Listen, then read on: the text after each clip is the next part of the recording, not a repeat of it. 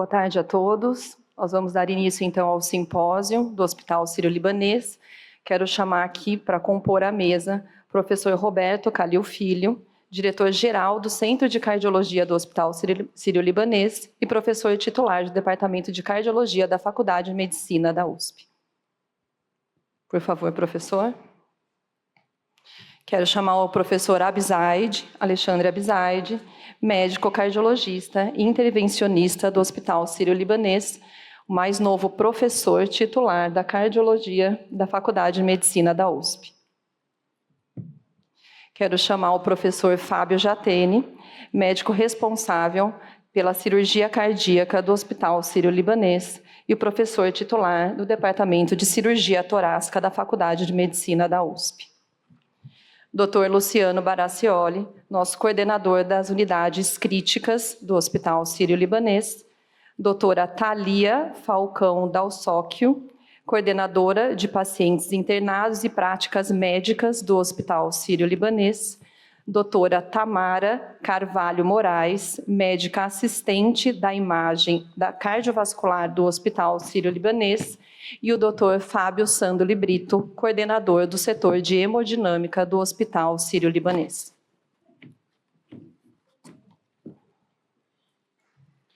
O professor Calil vai dar as boas-vindas.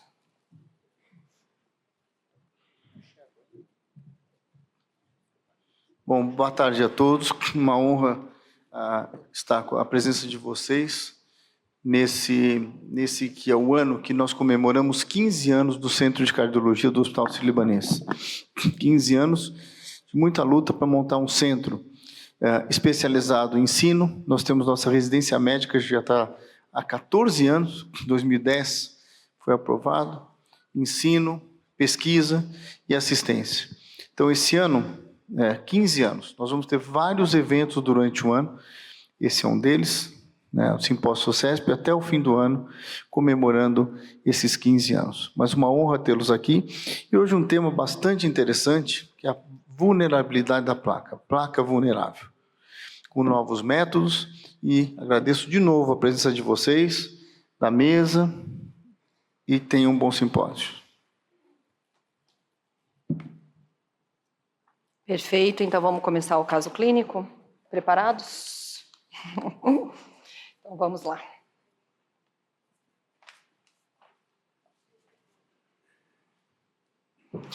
Então, o tema da aula, o eterno dilema da placa vulnerável, avanços para a mudança desse cenário. A gente começa, então, com um paciente que refere dispneia aos esforços habituais, com piora há cerca de 2 semanas, ele passa no seu cardiologista de rotina.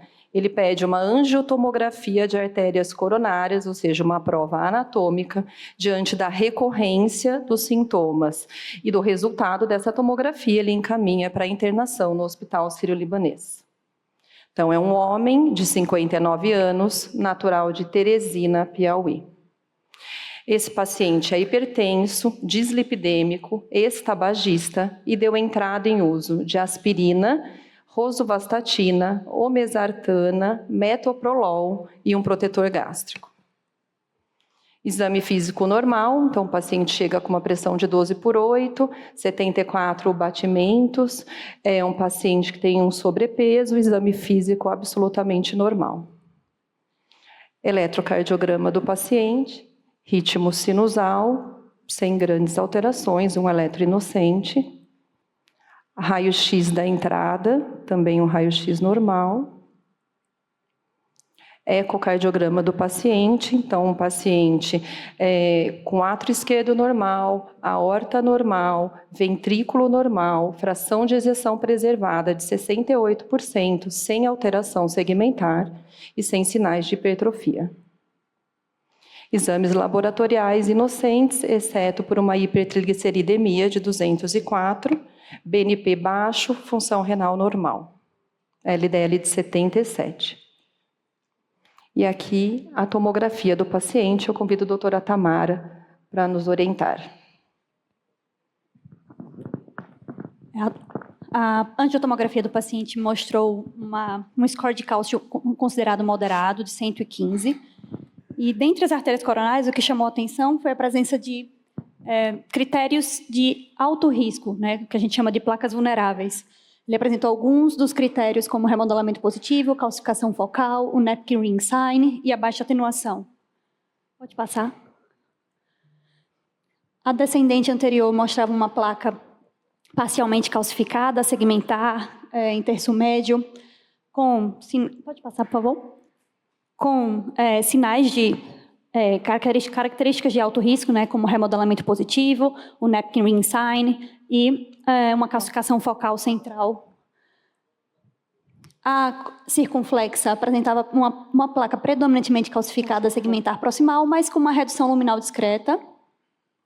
Pode passar. E a coronária direita também apresentava placas predominantemente calcificadas, segmentar em seu terço distal, com uma redução luminal moderada e também com características que a gente considera de alto risco, né, como remodelamento positivo. Pode passar. Uma baixa atenuação, que isso é muito fácil da gente quantificar essa atenuação da placa na prática, no dia a dia, e essa calcificação focal central, que também chamou a atenção. 3 características de alto risco nessa placa. Obrigada, Tamara. Agora eu vou chamar os clínicos da mesa. Vamos lá. Vou começar com a Thalia, tá? Obrigada, Roberta. Thalia, me fala... Tá funcionando? Tá. Então, fala aqui pra gente. Diante desse cenário, como que você enxerga a conduta desse paciente? O que você faria nesse momento? Perfeito. Então, vamos lá. Trata-se de um paciente masculino de 59 anos, com alguns antecedentes, fatores de risco cardiovasculares, hipertenso, dislipidêmico e ex-tabagista, que já vinha em uso de uma terapia parcialmente otimizada, vou comentar um pouco, mas que começou com sintomas que a gente chama equivalentes anginosos, provavelmente, né, com uma dispneia, que vinha em progressão com uma certa piora a 15 dias. Já tinha sido submetida a uma prova anatômica que mostrou doença arterial coronária obstrutiva, que a Tamara mostrou com alguns sinais de alguma placa, sinais de algumas placas vulneráveis pela tomografia. Do ponto de vista clínico, trata-se de um paciente com uma doença arterial coronária estável, uma síndrome coronária crônica, mas que tem alguns sinais ali de talvez que esteja em progressão, uma piora de sintomas um pouco mais recentes, né? Diante desse cenário, o que é possível? Eu vou comentar primeiro o que é possível e depois o que eu faria, né? O que é possível? Nós temos 3 alternativas, né? Primeiramente, uma otimização do tratamento clínico com intensificação da terapia com estatina, eventualmente associar um outro anti-isquêmico, aumentar a dose do metoprolol e acompanhar esse paciente, né? Acompanhar clinicamente e, se os sintomas persistirem, prosseguir na investigação. Uma segunda opção seria seguir com uma prova funcional com imagem, e aí uma cintilografia, ecostress ou ressonância cardíaca. E essa prova nos daria mais subsídios, mais informações para definir a necessidade ou não de seguir com uma estratificação invasiva. Ou a terceira hipótese, a terceira possibilidade seria seguir com uma estratificação invasiva, com cateterismo e pensando já no eventual tratamento. Nesse caso, considerando algumas particularidades, né, se nós considerarmos ele como uma DAC estável, gera ainda alguma dúvida se ele não está instabilizando, né, pela piora recente de sintomas e pelo aspecto da placa da angiotomografia. Eu acharia uma conduta mais segura, passar a fazer uma estratificação invasiva com cateterismo e aí sim, já pensando em tratar, já que acredito que a gente não tenha tanto ganho nesse paciente que já vem em tratamento. Claro que dá para otimizar o tratamento clínico, não vamos deixar de otimizar, vamos otimizar, mas acredito que ele continuará sintomático a despeito da otimização do tratamento. Então, a ideia é estratificação invasiva com objetivo de controle de sintomas. Perfeito. Então, a gente vai fazer um cateterismo, certo, mesa? É isso? Então, tá bom. Então, cateterismo realizado pelo professor Fábio Sandoli Brito Júnior. Roberto, acho que fica claro aí para todos que é uma coronária direita dominante, né? Grande, anatomicamente importante. Vou só esperar ter a imagem melhor na tela. Se puder voltar a coronária direita, por favor. Volta, por favor. Aí, obrigada. Isso.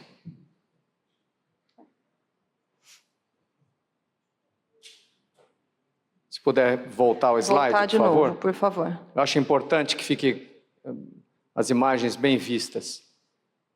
Pode voltar, por favor.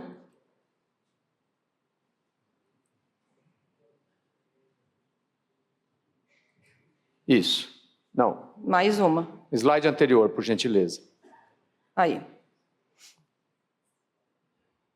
Se puder mostrar as imagens na coronária direita, vocês podem observar que tem uma lesão distal antes da bifurcação, uma lesão quantificada em 70%. Não é uma lesão suboclusiva, mas uma lesão, vamos dizer, limítrofe aí, na faixa de 70% distal na coronária direita antes da bifurcação, imediatamente antes da bifurcação. Na coronária esquerda, a gente pode ver uma lesão proximal na descendente anterior, depois os senhores vão ter a oportunidade de ver em imagem parada com maior detalhamento, mas essa imagem na descendente anterior com uma lesão importante no terço proximal da descendente anterior.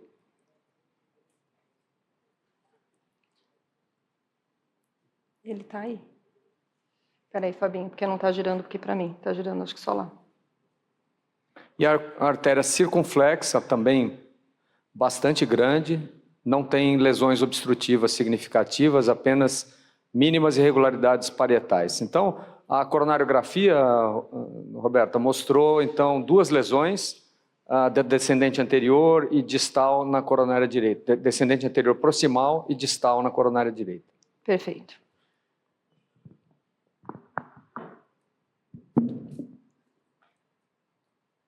Então, a gente tem, como o Fabinho comentou, uma lesão no terço médio da DA em torno de 70%. E aqui eu quero chamar os clínicos da mesa. Vou começar com o Luciano Baracioli. Doutor Luciano, o que você faria nesse cenário? Então, um paciente com uma lesão distal na CD e terço médio da DA focal. Bom dia a todos. Primeiramente, dizer que é um prazer estar aqui novamente nesse nosso simpósio. Obrigado. A Thalia já bem explorou no conceito de estratificação invasiva ou não. Eu tive uma interpretação que esse paciente de 59 anos vem tendo um equivalente isquêmico progressivo. E me dá a sensação que ele vem como se comportando como uma placa instável, no sentido de piora recente dos sintomas. Portanto, hora que a gente olha esse cateterismo com uma lesão moderada, tanto de DA quanto CD, eu não estou, nesse momento, confortável para fazer um tratamento nesse paciente, a certo ponto de vista de procedimento invasivo. Eu senti, o Fábio colocou aqui para a gente, que são lesões moderadas, borderlines, vamos chamar assim, de 70. Então, diante da possibilidade que nós temos de fazer um estudo funcional invasivo, eu direcionaria esse paciente para um estudo funcional para tomar essa decisão. Quer dizer, eu faria um tratamento invasivo, revascularização desse paciente, baseado na fisiologia desse paciente, porque eu não estou convencido do grau de obstrução desses vasos. Tá bom, então você sugere fazer reserva de fluxo? Reserva de fluxo fracionado na hemodinâmica de imediato lá. Em ambas as lesões? Em ambas as lesões. A ADA também não te convence? Se eu não tivesse, acho que muita gente não dispõe desse tipo de artifício, eu trataria a lesão da descendente anterior. Mas se o Luciano visualmente está convencido, não. Então, eu acho que uma lesão moderada merece esse complemento. Perfeito. Então, diante desse cenário, então, se a gente optar por fazer FFR, professor Fábio Jatene, supondo que essas obstruções realmente sejam isquêmicas, qual seria a conduta do senhor? Tratamento percutâneo ou cirurgia cardíaca? Bom, boa tarde a todos. Roberta, se você me pergunta se é possível fazer cirurgia nesse caso, eu diria sim. Se você me pergunta se nós operamos habitualmente esse tipo de paciente, eu diria não. Por que não? Porque é um paciente que tem baixa complexidade anatômica coronariana, ele é biarterial, ele é um paciente de boa função ventricular, ele é um paciente não diabético. Não diabético, exato. A maioria desses pacientes não vem à cirurgia. Qual é o perfil dos pacientes que vêm à cirurgia? Lesões associadas, por exemplo, lesão de tronco, pacientes diabéticos, pacientes triarteriais e pacientes com complexidade coronariana alta, syntax score alto. Então, esse não costuma ser o perfil dos pacientes que vão à cirurgia. Mas se você me pergunta, pode ser operado? Pode, lógico. Se houver necessidade de uma revascularização, pode. Então, se a gente estivesse num hospital, sem ser o sírio-libanês, que a gente tem o recurso de fazer FFR, esse paciente seria um candidato à cirurgia cardíaca? Não, ou tratamento acho que não seria percutâneo candidato direto? à cirurgia. Perfeito. Tá bom? Então, foi feito FFR. Bom, essa é a avaliação funcional invasiva, né, conhecida por FFR. Na realidade, é um fio guia que tem um transdutor de pressão na ponta. A gente introduz pelo catéter, ele cruza a lesão e é posicionado distalmente na descendente anterior. E a gente estimula, desenvolve hiperemia máxima com a injeção de adenosina. E aí a gente obtém essas duas curvas de pressão que os senhores podem apreciar aí. A curva em vermelho é a curva no catéter guia, ou seja, a pressão na aorta, e a curva que os senhores veem em azul é a pressão distal à obstrução na descendente anterior. Vejo que existe um gradiente de pressão entre a curva vermelha na aorta e distal na descendente anterior, mostrando aí esse salto pressórico. E aí, vejam, ali o valor é 0,77, o que significa que essa relação da pressão na aorta pela pressão distal deu essa relação. Nós consideramos positivo o FFR que se encontra abaixo de 0,8. Então, aqui nesse caso, Roberta, essa prova aqui é uma prova funcional positiva para a isquemia no território da artéria descendente anterior, mostrando que essa obstrução é funcionalmente importante. Perfeito. E na CD, Fabinho? A coronária direita, nós utilizamos o mesmo método, né? Então, esse mesmo fio posicionado, e vejam que aí o fio posicionado distalmente ali naquele ramo descendente posterior, a relação nesse caso foi de 0,96. Então, esse FFR foi considerado negativo, ou seja, é uma lesão que nesse estágio ela é funcionalmente negativa. Então, cenário atual, um paciente de baixo risco, com uma lesão importante na descendente anterior e uma lesão na direita, com uma lesão intermediária, com uma prova funcional negativa. Todo mundo de acordo? Tá. Diante desse cenário, a gente tem mais algum recurso, professor Abizaide? Eu quero.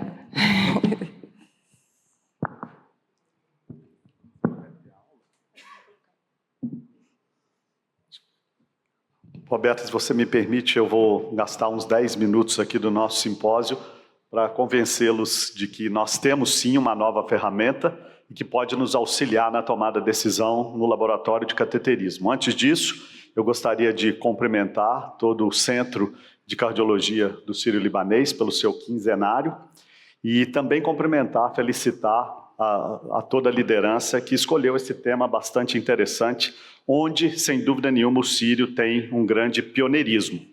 E é um prazer introduzir, então, essa nova tecnologia, um novo método de imagem, é o chamado sistema NIRS, que vem do inglês de Near Infrared Spectroscopy. É um sistema de imagem intravascular que combina os dados do ultrassom intracoronário, que a maioria dos senhores já são familiarizados, com o quimograma.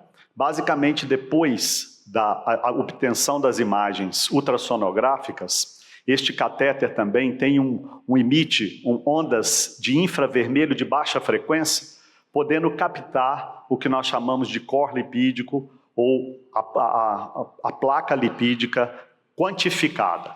Esse é um dos únicos sistemas aprovados para esse fim pelo FDA nos Estados Unidos. Vejam que esse sistema também já foi validado, comparado com a histologia. Obviamente, nós temos que ter um método ouro para comparar com este método novo, e tanto em modelos pré-clínicos, em animais como em pacientes, há mais de 10 anos que esse sistema vem sido validado, mostrando aí a quantidade lipídica em amarelo naquele determinado segmento. A nível de definição, eu diria para os senhores entenderem o que é uma placa lipídica significativa ou que eventualmente pode causar algum evento cardíaco no futuro, definiu-se como num espaço de 4 milímetros uma concentração, um índice chamado de Lipid Core Burden Index, é um índice de carga lipídica, né? Maior do que 400. Quando esse índice é maior do que 400, para os senhores guardarem mais um número, além do FFR, além da área luminal mínima pelo ultrassom, esse é um índice que aceita-se internacionalmente como uma carga lipídica que pode causar problemas no futuro. Nesses 10 minutos, então, eu vou resumir para os senhores as principais aplicações deste novo método. Vejam que nós já temos as atribuições já conhecidas pelo ultrassom, e não vou perder tempo com isso, onde nós conseguimos quantificar não só a carga de placa, a área luminal mínima, os resultados após o implante do stent. Eu vou concentrar com os senhores rapidamente como este novo método determina a morfologia da placa e identifica a placa vulnerável. E como ele garante também, durante o procedimento, uma vez optado pelo tratamento, a cobertura total daquele segmento pelo stent.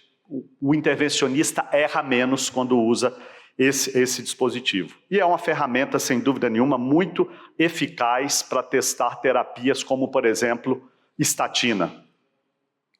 Para determinar a morfologia da placa, eu trouxe alguns exemplos. Vejam que o NIR é sempre combinado com um método anatômico adjunto, né? Aqui com o OCT, que é a tomografia de coerência óptica, ou com o próprio ultrassom. E nessa imagem, os senhores veem a suboclusão na coronária direita proximal, onde nós identificamos um trombo, mas vejam, praticamente sem conteúdo lipídico. Isso eventualmente pode mudar a conduta do cardiologista e do intervencionista. Num caso como esse, uma carga trombótica muito grande, nós vamos ter que ser mais agressivos na terapia antitrombótica e talvez menos agressivos em termos invasivos de implante dos stents, poderia ser até um trombolítico intracoronário.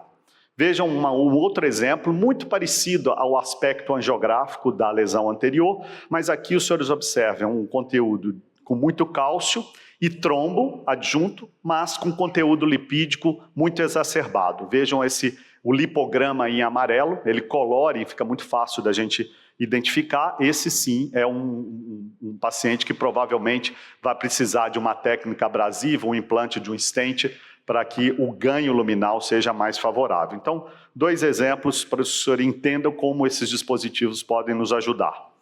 Na identificação da placa vulnerável, eu vou poder resumir para os senhores, porque um dos autores e médicos que mais estudaram placa vulnerável sob o ponto de vista de imagem é o professor Greg Stone, que vai dar uma palestra ao final da nossa apresentação.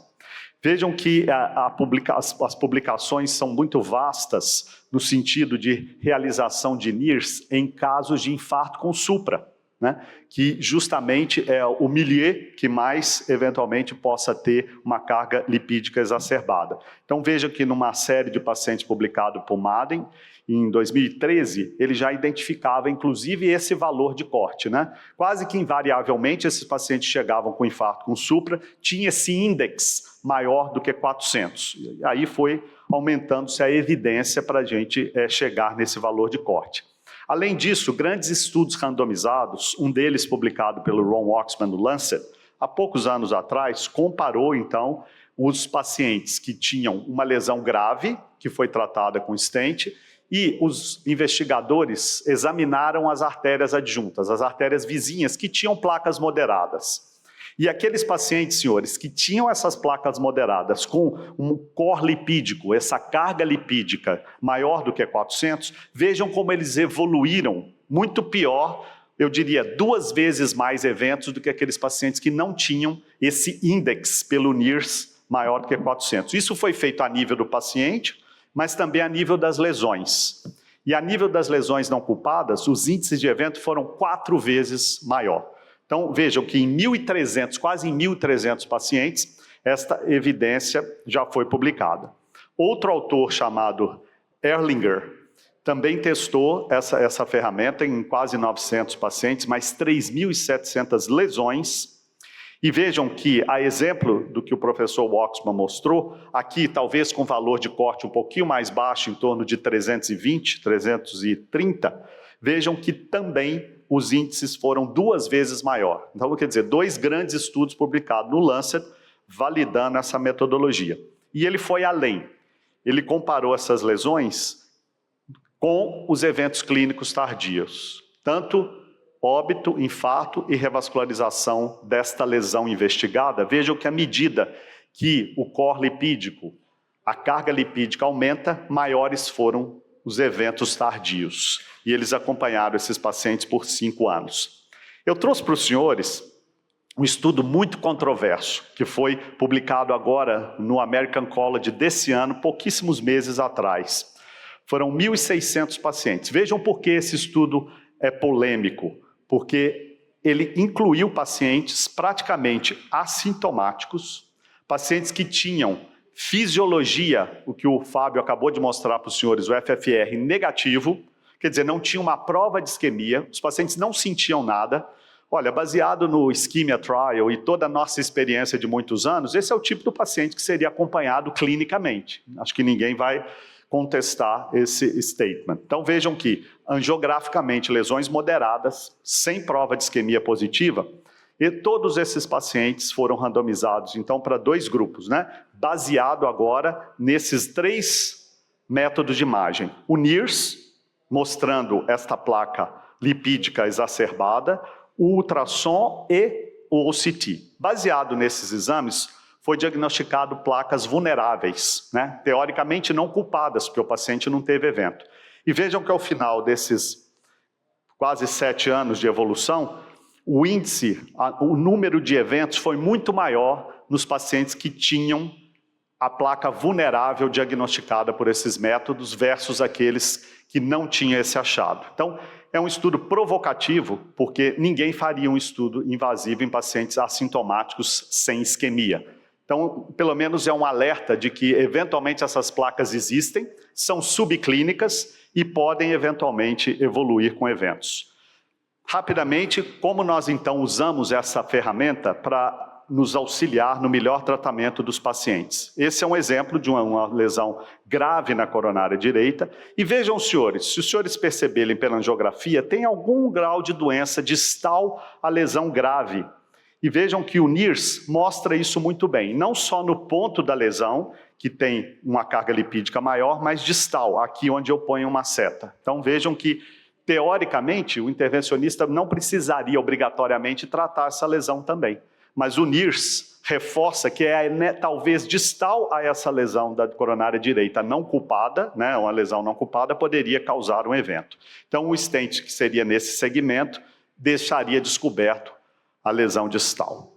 Vejam que esse é um outro exemplo, talvez até parecido com o que nós discutimos aqui essa tarde, de uma lesão moderada na coronária direita, onde a carga lipídica foi elevada. Vejam como este paciente evolui 3 anos depois. É admitido no hospital com infarto com supra, uma lesão suboclusiva, e vejam o eletro desse paciente. Eu não entendo de eletro, mas eu acho que é um supra, né, Roberta?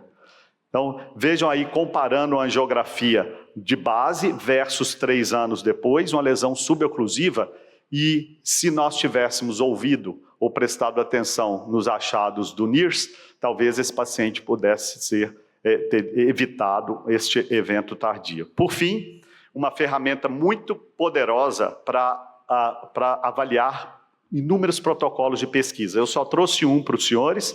Veja que é um estudo mecanístico de 300 pacientes, onde uma terapia hipolipemiante foi implementada de uma maneira muito mais agressiva, com a alirocumab mais rosuvastatina, versus placebo e rosuvastatina apenas, com 3 objetivos: para diminuição do LDL, diminuição da carga de placa pelo ultrassom e da carga lipídica pelo NIRS.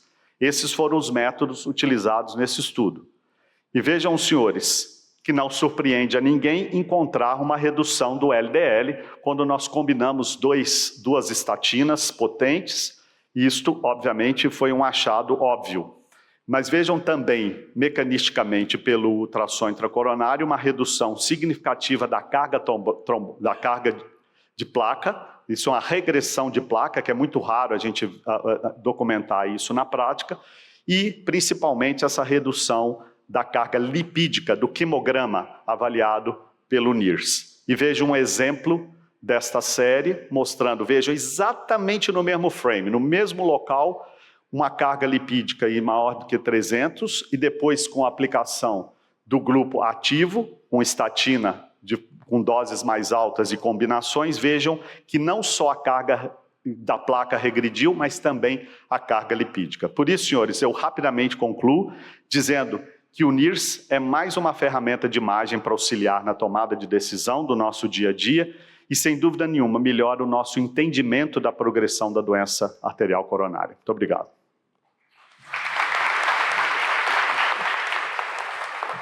Obrigada, professor. Vamos seguir com o caso clínico. Vamos fazer NIRS? Não está passando. Aí, Roberta, então nós, como você mencionou, nós decidimos então ir adiante, tratar a descendente anterior. Foi implantado um stent na descendente anterior, cobrindo aquela lesão proximal que os senhores já tiveram oportunidade de ver e funcionalmente importante. Você vai mostrar o resultado do tratamento e à direita os senhores veem a imagem do ultrassom intracoronário, mostrando um amplo lúmen, as hastes do stent bem apostas à parede do vaso, quer dizer, um resultado angiográfico e ultrassonográfico muito bom, e a gente sabe que esses métodos de imagem hoje são muito importantes para guiar o tratamento intervencionista, e já existe evidência sólida indicando que o tratamento guiado por imagem tem melhores resultados do que a angiografia isoladamente. Perfeito. Acho que não gera dúvida de que a gente vai prosseguir e utilizar dessa ferramenta mais recente. Perfeito, professor? Bom, esse é o ultrassom intracoronário. Os senhores estão vendo aqui o que a gente chama de pullback. É o ultrassom sendo retraído da descendente posterior da coronária direita e ele está vindo, recuando, vai chegar na bifurcação. Os senhores veem aí os dois vasos se encontrando, formando a coronária direita, e agora em amarelo, os senhores veem aí essa obstrução distal na coronária direita, que pelo ultrassom intracoronariano nos mostra ali, os senhores viram, ficou bastante nítido, que abraça o catéter, né? Uma obstrução bastante importante pelo ultrassom intracoronariano. Essa imagem que os senhores acabaram de ver, ela permite que a imagem do ultrassom intracoronariano, nós podemos fazer medidas também. Medidas que indicam a menor área luminal, 3,5 milímetros quadrados, uma área luminal pequena, uma carga de placa, os senhores viram ali no pullback do ultrassom, uma exuberante placa de ateroma, a carga de placa aqui de 70%, e isso é uma das características que confere, vamos dizer assim, a vulnerabilidade à placa, é o remodelamento positivo com alta carga de placa, 70% nesse caso, e uma placa fibrolipídica, e que nós tivemos a oportunidade de quantificar a quantidade de lípide no interior desse ateroma pelo método NIRS. Vejam que, como o professor Alexandre mostrou aos senhores, nesse ponto da obstrução, o índice lipídico foi de 425. Lembrem-se que valores acima de 350 a 400 indicam mais uma ferramenta que nos indica a vulnerabilidade da placa. Então, aqui nesse caso, 425 supera os critérios definidos por esses estudos que o professor Alexandre mostrou, e baseado na pequena área luminal do ultrassom intracoronariano, baseado na alta carga de placa com remodelamento positivo, carga de placa de 70%, e alto conteúdo lipídico desse ateroma, a decisão foi por tratar esse paciente, uma intervenção percutânea com implante de um stent. E aqui o resultado do tratamento, os senhores veem na angiografia, claramente um bom resultado, e à direita os senhores veem a imagem do ultrassom intracoronário, de novo, o stent bem expandido, bem aposto, e no lipidograma à direita, os senhores veem que aquele amarelo que existia antes, aquele 425 que existia antes, o stent faz o quê? A compressão daquele lípide e existe a diminuição ali para números bastante baixos da carga lipídica. Então, esse é o tratamento que foi feito, Roberto. Perfeito, professor Fábio. Queria conversar com os clínicos da mesa. Tá? Doutor Luciano, o senhor está convencido desse tratamento? Com todos esses critérios, carga lipídica, NIRS de 400, área luminal baixa, angiograficamente uma lesão moderada num paciente de baixo risco, que foi tratado adequadamente a descendente anterior. Você trataria a CD com essa ferramenta nova? Depois eu vou falar sim ou não, mas eu acho que eu preciso fazer uma introdução para essa resposta. Para justificar a sua resposta. Exato, e vou me basear em alguns estudos que o doutor Alexandre nos mostrou. E provavelmente o Dr. Greg Stone vai colocar na aula dele também. Então, se a gente lembrar do Prospect 1, do próprio grupo do professor Greg Stone, nós lembramos que a evolução natural das placas, isto é, eram pacientes coronarianos submetidos à angioplastia e ele fazia estudo de ultrassom com N técnicas aí de todos os vasos. Nós aprendemos o quê? 50% dos novos eventos eram decorrentes do vaso tratado e os outros 50% eram de evolução da doença. Só que nós aprendemos também que a maior parte dessas evoluções de novos eventos nos vasos não tratados tinham sim características vulneráveis, tipo carga da placa, a capa fibrosa fina e o remodelamento. Perfeito, nós aprendemos isso naquela época. O Prospect 2, ele melhorou esses dados utilizando a tecnologia do NIRS, mas basicamente aprendemos ou reaprendemos que a placa vulnerável é mais suscetível ao novo evento. Perfeito. Ponto. Tá certo? Aí, ponto. O Prevent, que foi bem colocado pelo Alexandre, talvez seja o primeiro estudo moderado sugerindo que se você faça um tratamento precoce preventivo. Puxa, mas aí nós baseamos nesse estudo? Não. Na minha opinião, ainda é muito cedo. Nós precisamos ter outros estudos semelhantes a esse. Por quê? Nós sabemos, e também foi demonstrado pelo Pacman, e tem outros estudos, mostrando regressão da placa com autotratamento.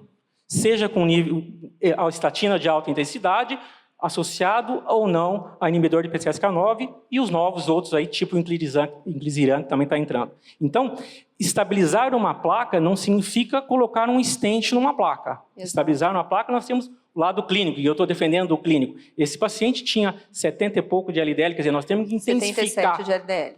Intensificar muito o tratamento desse paciente. Eu interpretei esse paciente como vamos dizer assim, um próximo do agudo, então eu daria dupla integração plaquetária de alta potência para ele no pós-angioplastia, tá certo? E temos então que lembrar que nesse momento, se a gente pegar ponto a ponto, eu acho que o FFR tem mais poder do que o NIRS para decisão de tratamento. Porém, é uma ferramenta inicial, tá certo? Utilizada, que eu imagino que foi usado um contexto É mais um fator, mais né, um Luciano? fator para nos Dentro dar da a decisão. equação do processo decisório tem vários fatores e esse é um fator que nos dá mais uma informação que ajuda nessa tomada de decisão. E eu estou de acordo, porque é uma ferramenta para a ciência e que está entrando no lado prático da coisa do ponto de vista de tratamento, porém, eu não acho... Ele é um peso na equação, não é o fator decisivo, é um conjunto. Agora, se você me apertar entre sim e não... A minha resposta, eu dei no começo, né? Era não, porque eu ia seguir o funcional. E nem teria usado o NIRS? Teria. Teria, porque eu acho que nós temos que aprender mais uma ferramenta e a DA, eu creio que nesse caso também tinha sido feito na DA ou não me lembro exatamente, Fábio, mas que mostrava também cargas de... Mas a transmissão é que nós temos que estabilizar essa placa, seja na equação com o stent, mas para o clínico me agrada muito mais uma estabilização clínica. Sim, mas vamos lembrar que é uma ferramenta nova, né? E que ela traz outros dados que possam vir a contribuir nessa escolha. Professor Calil.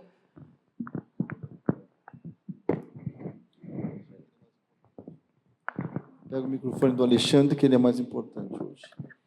O seu Fabinho. Bom, o NIRS é mais uma evolução. O NIRS, antes de vir para o Brasil, Eu tive na Colômbia até com o Alexandre, o Dr. Greg estava na Colômbia na época, ele hoje está no Mount Sinai. Mas nós vimos os primeiros casos muito interessantes, em que era feito estudo com a estatina. Você mostrava, eles pegavam, mostravam a placa com muito lipídio, dava 80 miligramas de estatina, que repetiam 2 meses depois. Incrível como regredia a placa. Isso foi um dos primeiros estudos, e foi nessa época, na Colômbia, que nós trouxemos o NIRS para o Brasil. O sírio-libanês, que quais são os primeiros centros a ter esse NIRS. O que eu vejo é que a hemodinâmica evoluiu muito. Porque, primeiro, vocês lembram aqueles cateterismos, muitos de vocês ainda não tinham nem nascido ou não eram médicos, que eu já sou velho, que era o Tagardo. Não sei aqui quem lembra o Tagardo. Talvez o Augusto, o Edson, né? O Ganê, acho que nem lembro, não tinha Tagardo na sua época. O Ganê já é... Não tinha.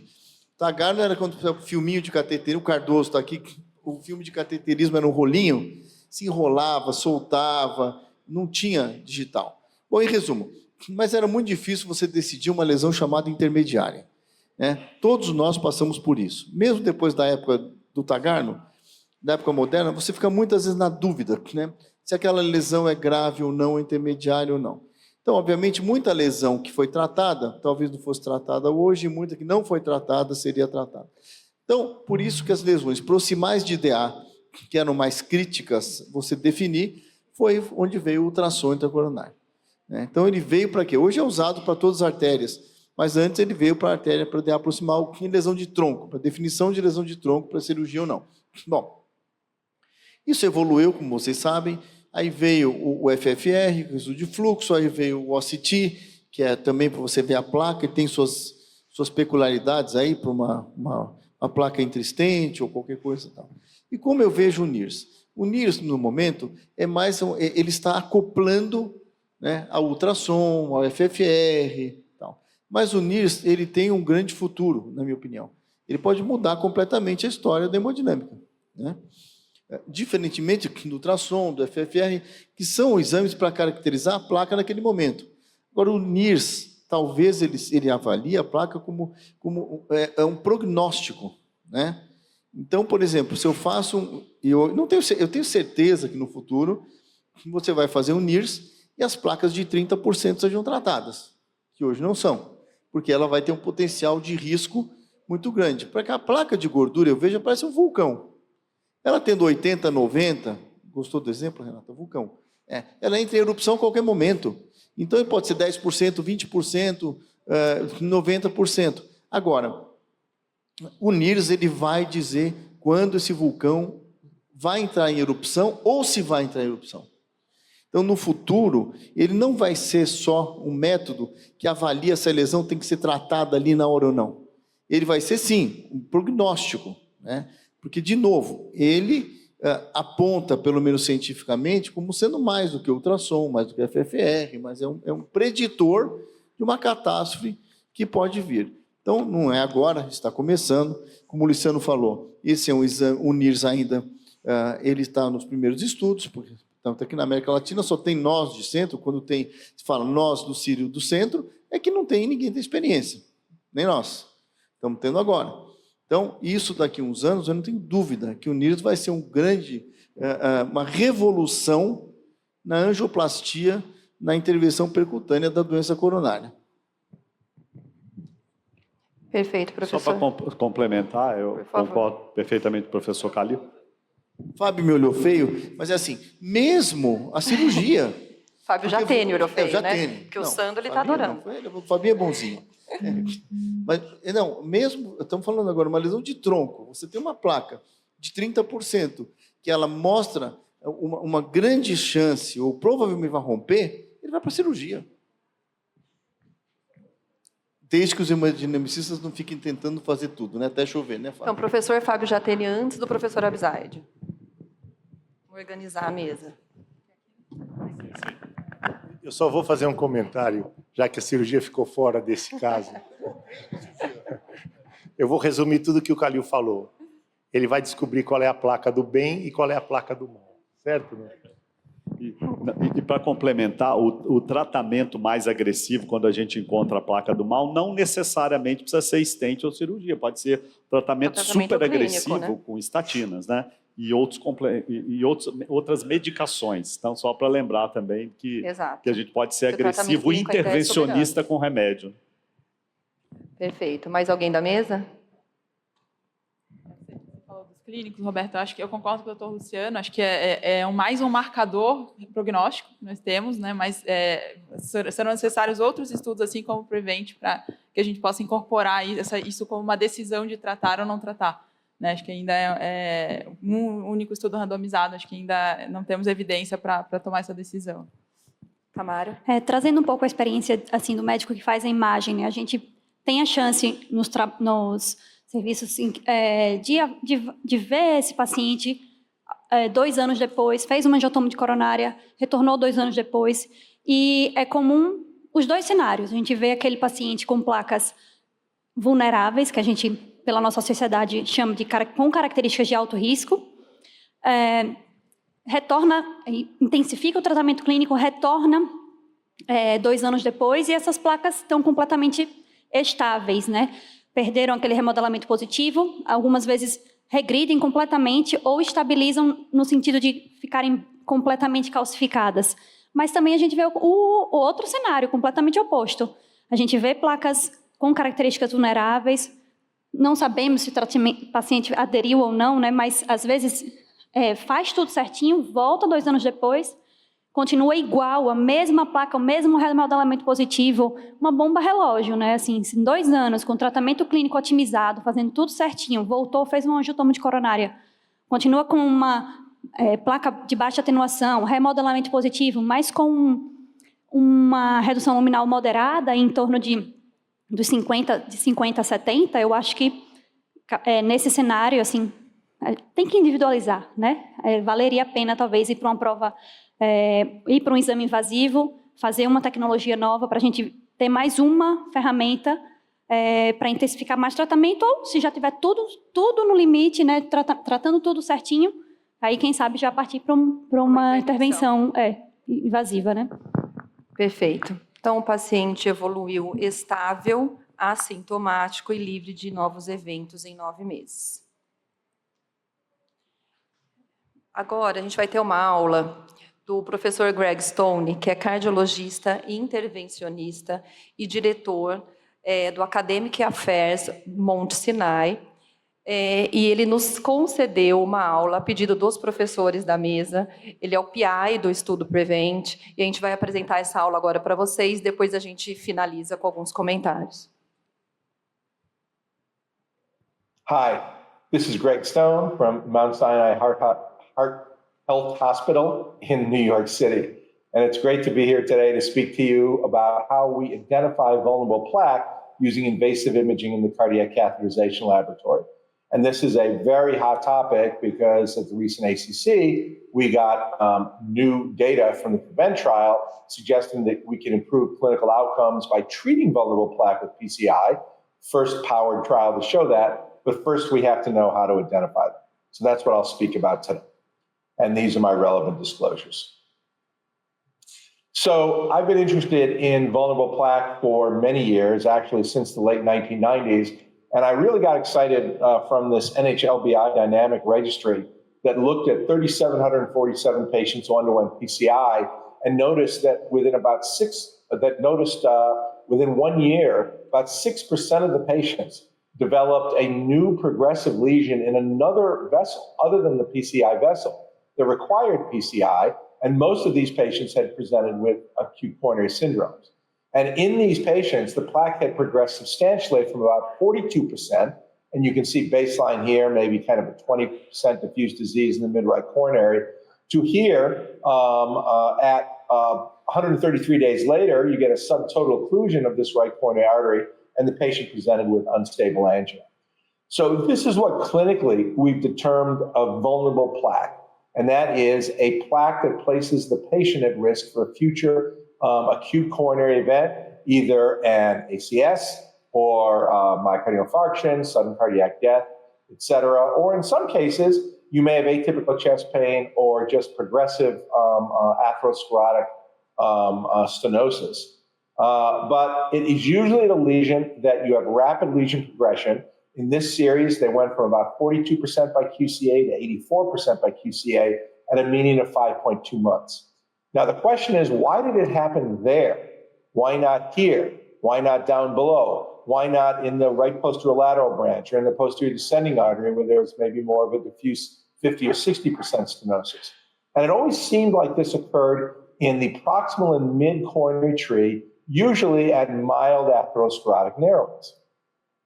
Well, we've since learned that most of what we treat with PCI and CABG is not the type of lesion that causes that sudden rapid lesion progression and causes an ACS. It's more like this lesion, a 75 or 80% stenosis in the mid-right coronary, and this causes exertional angina or dyspnea on exertion, and we'll do PCI or we'll bypass it and make the patient feel better. But most of these lesions, when we look at pathologically, we see this pathoanatomy, what we call pathologic intimal thickening, or more garden variety atherosclerosis. Sometimes there's a calcific component, so it could be fibrotic or fibrocalcific, but this lesion tends to encroach on the lumen, so causes ischemia and symptoms, but rarely, if ever, progresses to total occlusion or thrombosis. And so bypassing them or doing PCI makes the patient feel better, but doesn't prevent death or myocardial infarction. In contrast, most of the lesions that cause acute coronary syndromes are these types of lesions, what we call thin cap fibroatheromas, or TICFAs. And these have a well-formed necrotic core, which consists of cholesterol esters, and dead inflammatory cells, on top of which is this thin fibrous cap. By thin, we usually talk about less than 65 microns that separates the necrotic core from the lumen. And this is a very metabolically active plaque, which is infiltrated with macrophages and other inflammatory cells. And those cells release matrix metalloproteinases and other digestive enzymes, which can cause the cap to rupture. And when that cap ruptures, it exposes the necrotic core, which contains a lot of very prothrombotic content, including tissue factor. And you can go from this picture to this picture in a matter of minutes to hours to days. And that is a thrombotic occlusion of the coronary artery. Now, often these lesions on the left, at least half the time, are not flow limiting. You can see the lesion is pretty big here, okay? Because as this plaque gets deposited, you have positive remodeling of the vessel. But nonetheless, when you get a thrombus on top of this, the large thrombus can occlude the vessel. And whether the thrombus is totally occluded or partially occluded or occlusive, or where it is in the coronary artery, will determine on whether the patient presents with sudden cardiac death, a big myocardial infarction, small MI, unstable angina or non-STEMI, or sometimes just atypical chest pain, or it could be asymptomatic. And if that thrombus organizes, it then leads to atherosclerotic plaque progression. Now, it's not quite that simple. Plaque rupture of these thin cap fibroatheromas, here you can see a nice example, and these are cholesterol clefts, occurs in probably about 75% of the cases. But in about 20 to 25%, there can be plaque erosion. And these are proteoglycan-rich plaques that often have a thick fibrous cap, if any discernible fibrous cap, and the surface tends to erode on which thrombus can form. And then in a small minority of cases, you'll have these eruptive calcified nodules, which can serve as a nidus for thrombus. But most of the effort that causes the large myocardial infarctions and acute coronary syndromes are the plaque ruptures from a thin cap fibroatheroma.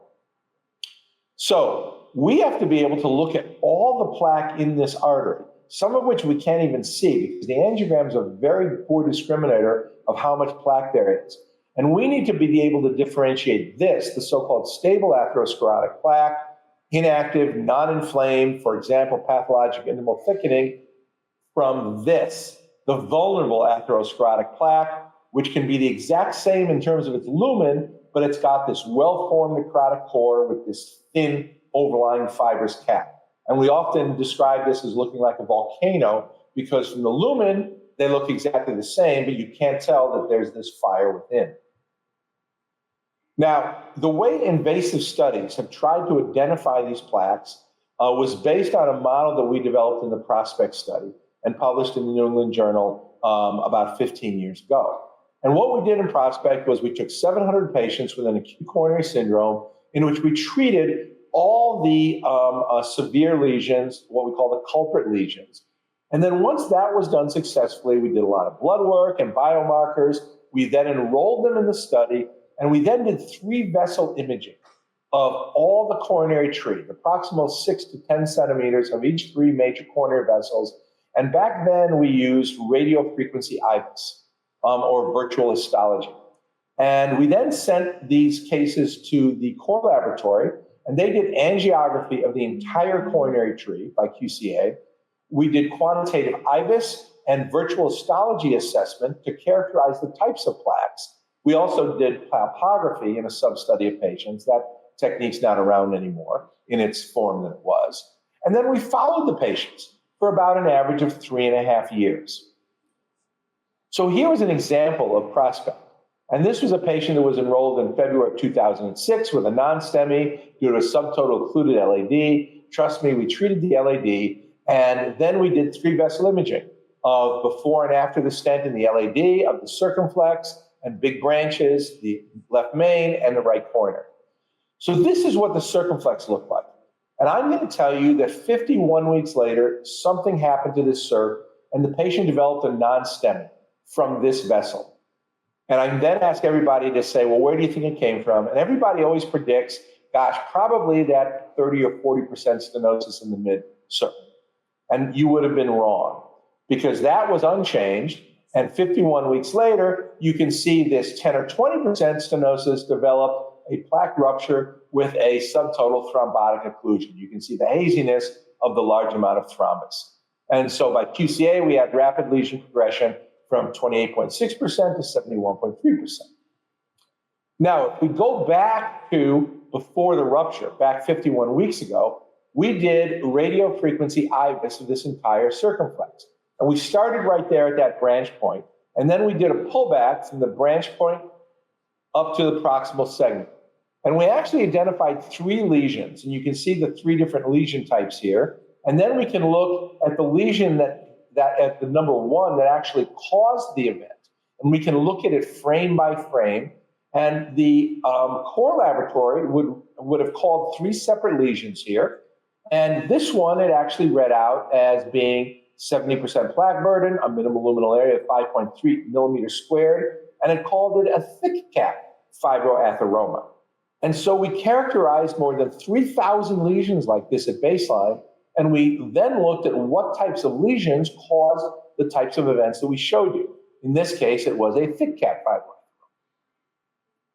When we did multivariable analysis, we found 3 predictors that caused future lesion-specific events at that lesion site.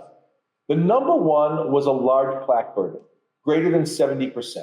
If you don't have a lot of plaque, you're not going to have events. But the second was a thin cap fibroatheroma, as determined by virtual histology, and the third was a small minimal luminal area of less than 4 millimeters squared. These were 3 independent predictors.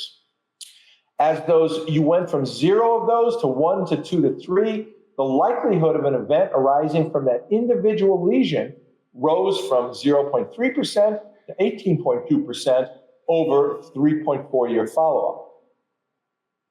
And it turns out that plaque burden was the number 1 adverse predictor.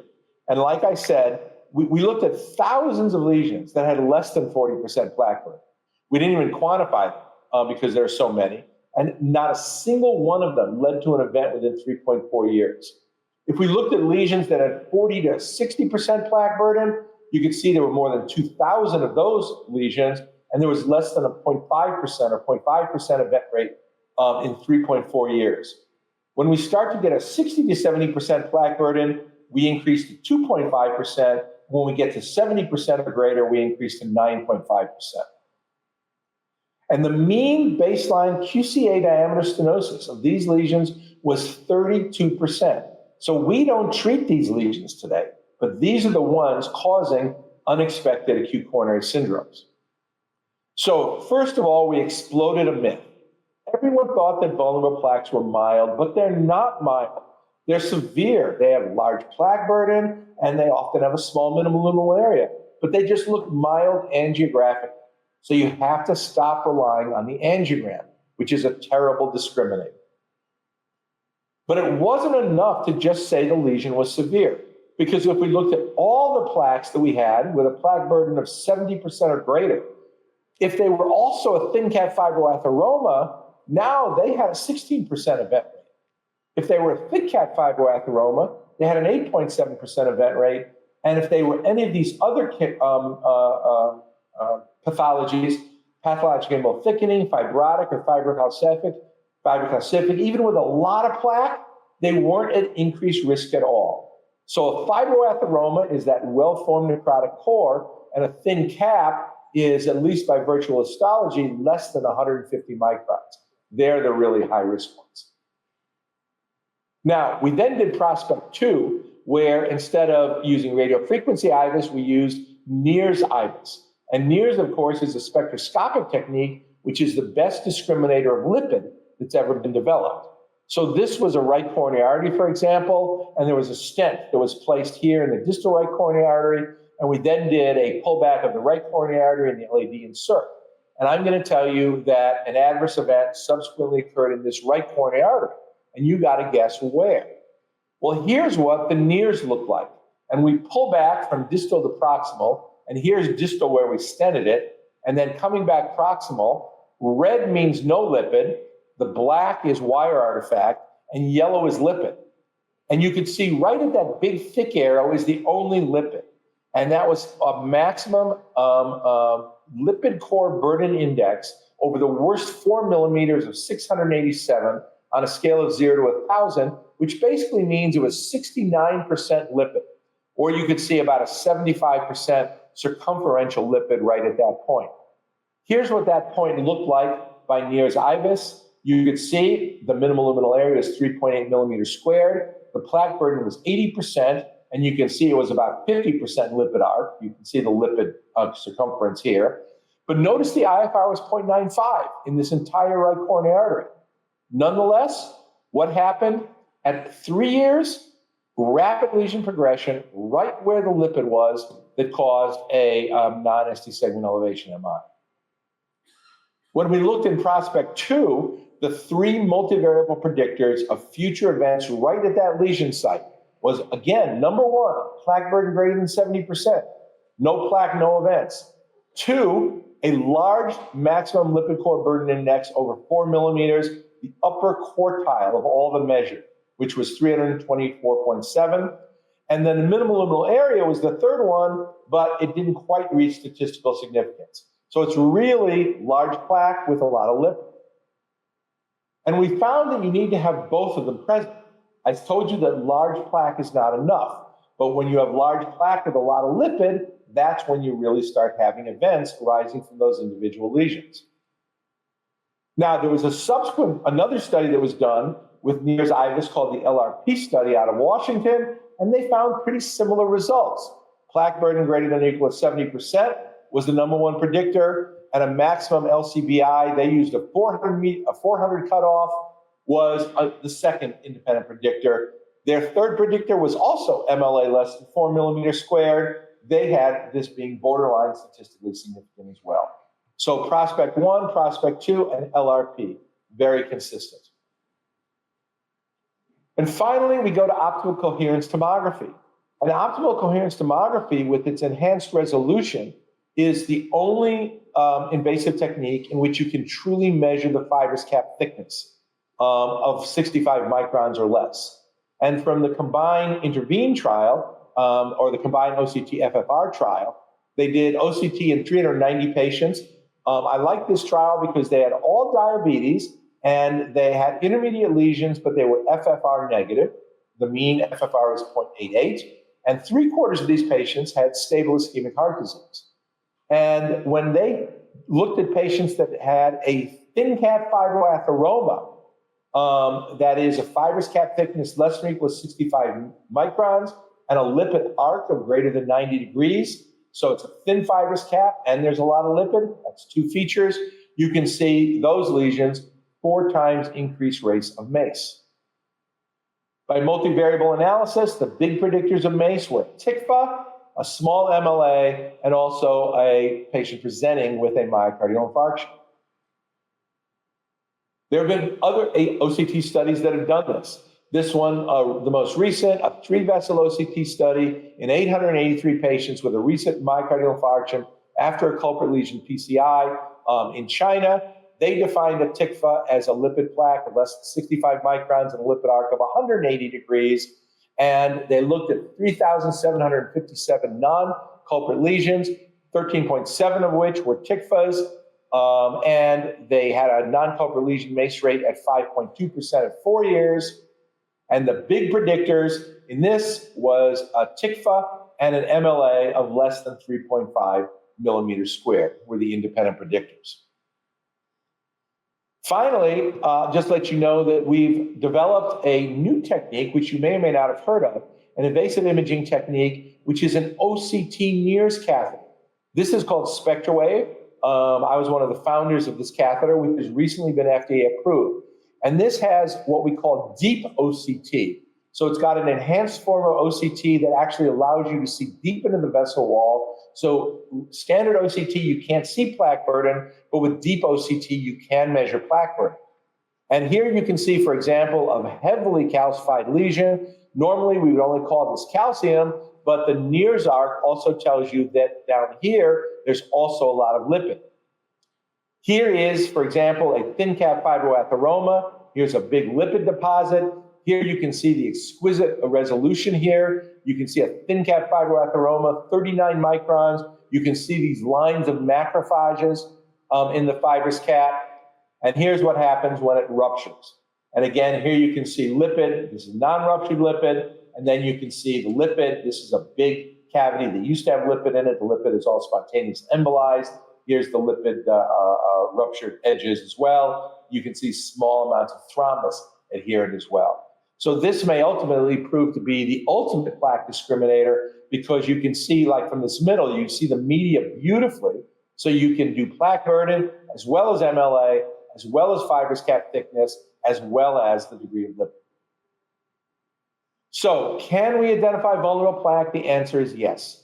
Radiofrequency IVUS, NIRS IVUS, and OCT can identify non-full limiting plaques that place patients at risk for future adverse cardiovascular events.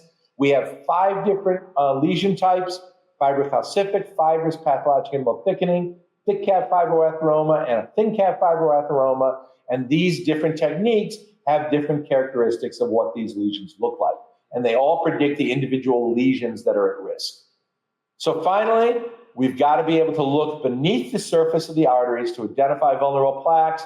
And we now have definitive ways that we can do it to differentiate this, the stable atherosclerotic plaque, from this, the vulnerable atherosclerotic plaque that we might consider either pharmacologic intensification for, or perhaps even focal preventative PCI therapy. Thank you very much.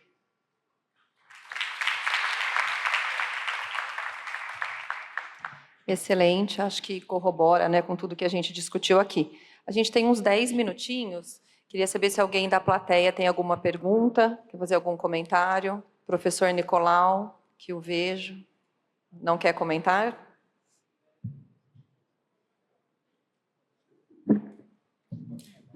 Tem o microfone.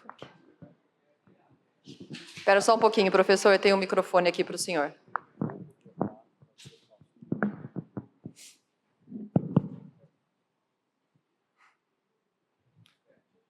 O professor Nicolau está me pedindo para fazer uma análise crítica do FFR, que foi francamente negativo naquela coronária direita, né?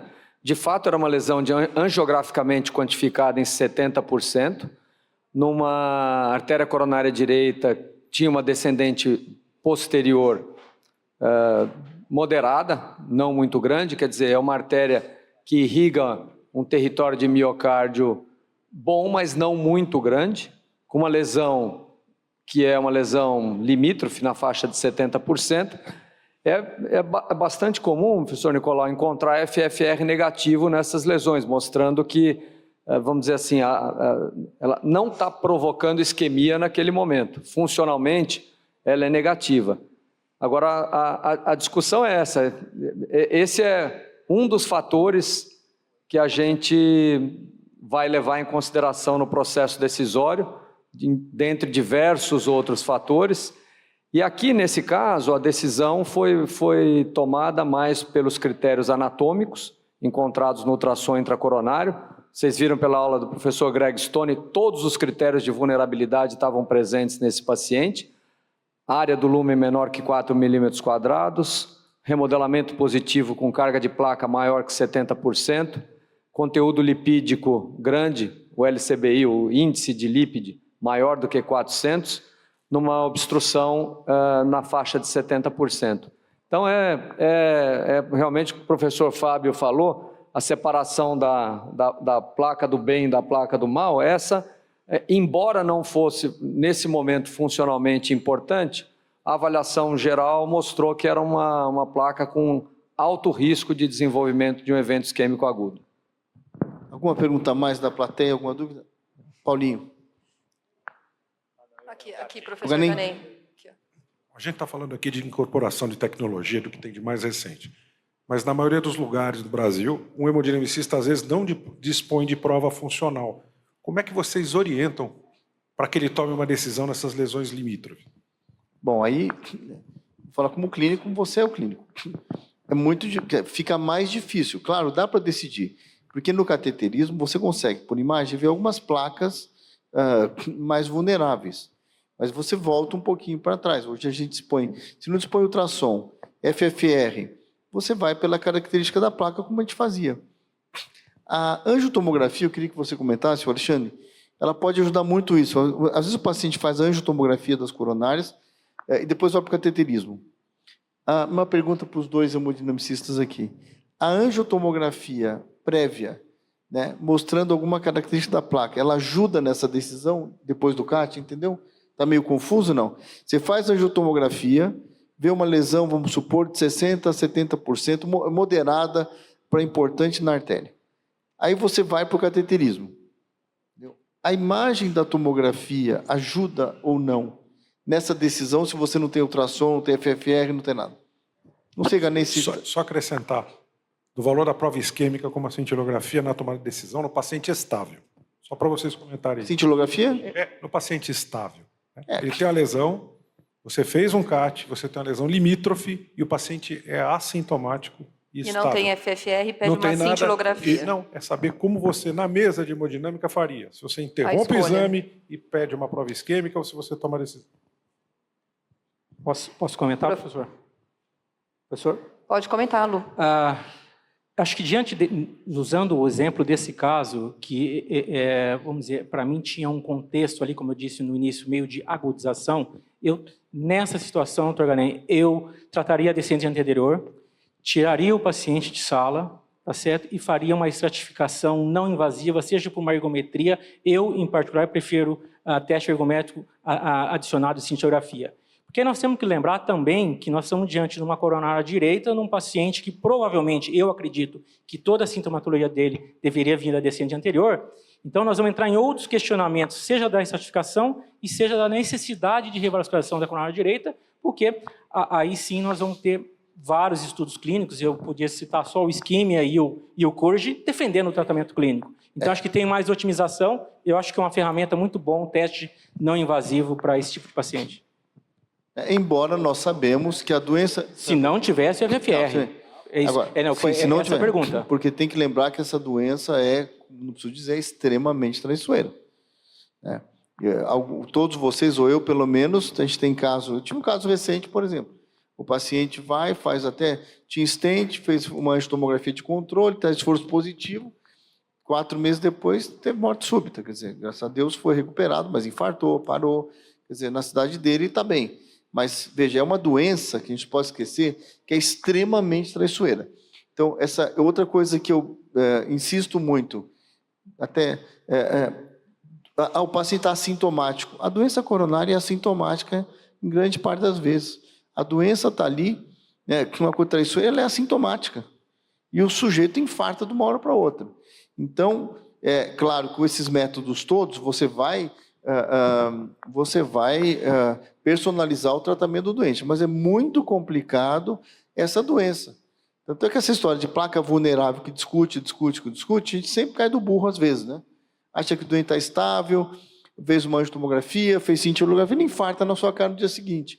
E mesmo após cateterismo, sem esses métodos de ginismo, muitas vezes você não encontra a placa e infarta. Então, a decisão da doença coronária, eu vejo cada vez mais, ela é individual, né? Os protocolos existem, as diretrizes e tal, mas é uma decisão muito individual, cara a cara, ali para você sentir o paciente. Professor Calil, fazendo um paralelo a isso, nós passamos com a coronariopatia aguda, porque nós tratamos o vaso culpado na coronariopatia aguda e tínhamos tendência em tratar as lesões residuais de forma significativas. E hoje nós não temos mais essa dúvida. Nós tratamos o vaso culpado e depois tratamos, e isso vários estudos demonstraram que o que a gente já fazia há muito tempo era o correto, e é o correto. Já na coronariopatia crônica, acho que nós estamos caminhando, e o NIRS vem como uma ferramenta altamente significativa para essa decisão. Mas, de novo, a doença coronária fica muito difícil de decidir. Muito. Se dependesse dos métodos diagnósticos, estaria morto já, porque eu não sentia nada. O senhor quer falar da de sua mim mesmo. história? Eu não sentia absolutamente nada, todo mundo, mas minha família é coronariana e tal. Aí fiz tomo de coronário, lesões intermediárias. Todo mundo queria que me botar no cateterismo. E eu meio enrolando e tal. Todo mundo e aí da quase mesa, fui né, infartado. professor Calil? Todos da mesa. E eu não sentia nada. É o povo da mesa. Mas eu não sentia nada mesmo, foi impressionante. E de repente, uma segunda-feira à noite, eu estava infartando. Então, Mas o senhor está aqui, ótimo. E nem tinha NIRS. O senhor eu estou aqui, aqui, ótimo, tratado ótimo. adequadamente. Graças ao Marcos Perim. Que não está na mesa, no caso. Considerações finais? Fabinho? Não? Então posso encerrar, professor Calil? Então, acho que eu agradeço, Roberta, agradeço em nome do Hospital Sírio-Libanês. É uma discussão muito produtiva mesmo. E, de novo, placa vulnerável é um tema que nós vamos discutir anos e anos e anos, porque é muito difícil.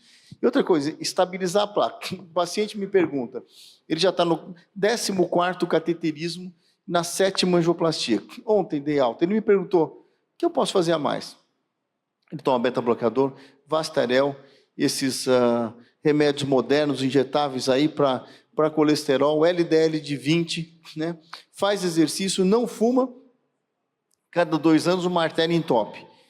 E ele falou para mim, o que eu posso fazer a mais? Eu fui perguntando, então, quer dizer, a história de placa vulnerável, a gente ainda não conseguiu uma medicação que você realmente segure essa placa. É impressionante.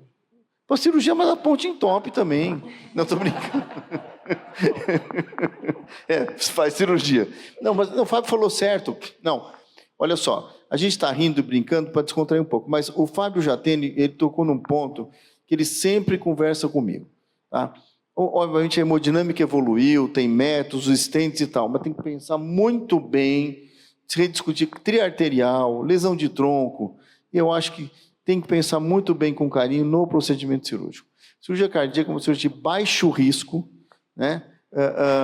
E as técnicas são de décadas, convencional, porque muitas vezes você fala, vou ter um corte no peito, aí você é levado a fazer angioplastia de múltiplos vasos, não criticando, só ponderando, porque isso tem que ser muito bem pensado.